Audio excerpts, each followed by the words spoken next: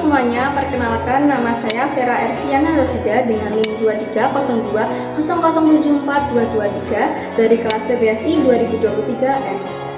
Di sini saya akan membacakan cerita yang berjudul Balas Budi Burung Bangau.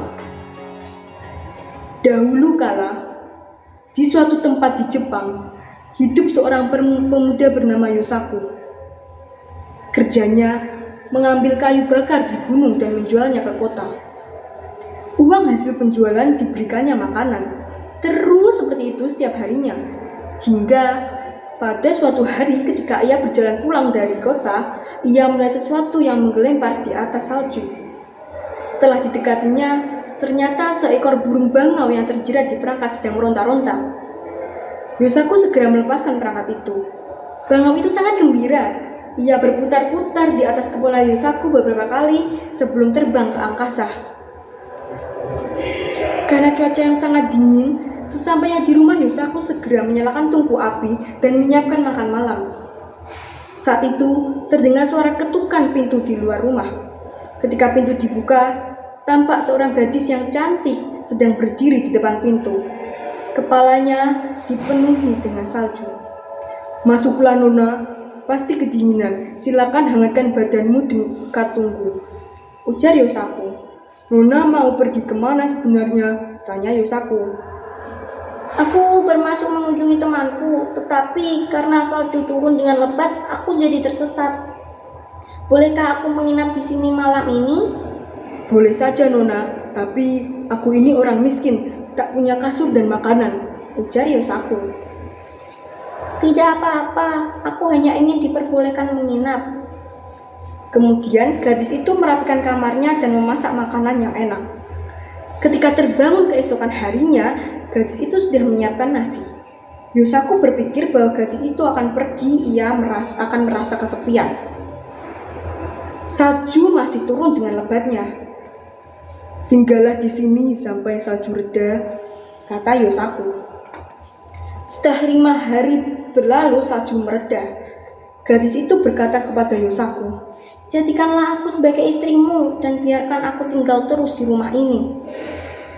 Yosaku merasa bahagia menerima permintaan itu.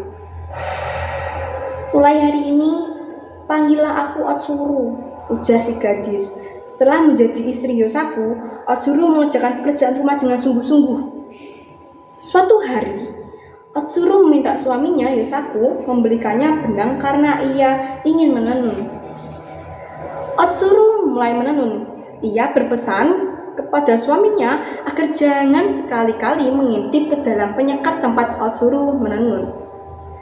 Setelah 3 hari berturut-turut menenun tanpa makan dan minum, Otsuru keluar. Kain tenunannya sudah selesai. "Ini tenunan Ayah Nishiki. Kalau dibawa ke kota pasti akan terjual dengan harga mahal." Yosaku sangat senang karena kain tenunannya dibeli orang dengan harga yang cukup mahal. Sebelum pulang, ia membeli bermacam-macam barang untuk dibawa pulang. "Berkat kamu, aku mendapatkan uang sebanyak ini. Terima kasih istriku. Tetapi sebenarnya para saudagar di kota menginginkan kain seperti ini lebih banyak lagi."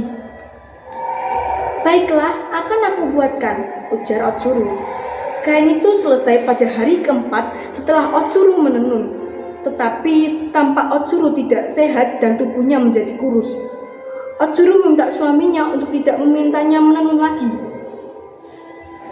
Di kota, sang saudagar meminta dibuatkan kain satu lagi untuk kimono Tuan Putri. Jika tidak ada, maka Yosaku akan dipenggal lehernya. Hal itu diceritakan Yosaku pada istrinya. "Baiklah, akan kubuatkan lagi, tetapi hanya 1 helai ya," kata Otsuru.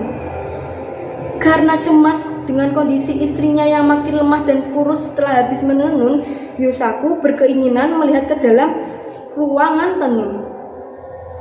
Tetapi ia sangat terkejut ketika yang dilihatnya di dalam ruangan menenun ternyata seekor bangau sedang mencabuti bulunya untuk ditenun menjadi kain. Sehingga badan bangau itu hampir gundul kehabisan bulu. Bangau itu akhirnya sadar dirinya sedang diperhatikan oleh Yosaku. Bangau itu pun berubah wujud kembali menjadi Otsuru. Akhirnya kau melihatnya juga, ujar Otsuru. Sebenarnya aku adalah seekor bangau yang dahulu pernah kau tolong. Untuk membalas budi, aku berubah wujud menjadi manusia dan melakukan hal ini, ujar Otsuru. Berarti sudah saatnya aku berpisah denganmu, lanjut Otsuru. Maafkan aku, kumohon jangan pergi, kata Yosaku. Otsuru akhirnya berubah kembali menjadi seekor bangau. Kemudian ia segera mengepakkan sayapnya terbang keluar dari rumah ke angkasa. Tinggallah Yosaku sendiri yang menyesali perbuatannya. Sekian cerita balas budi burung bangau dari saya. Kurang lebihnya saya mohon maaf. Terima kasih.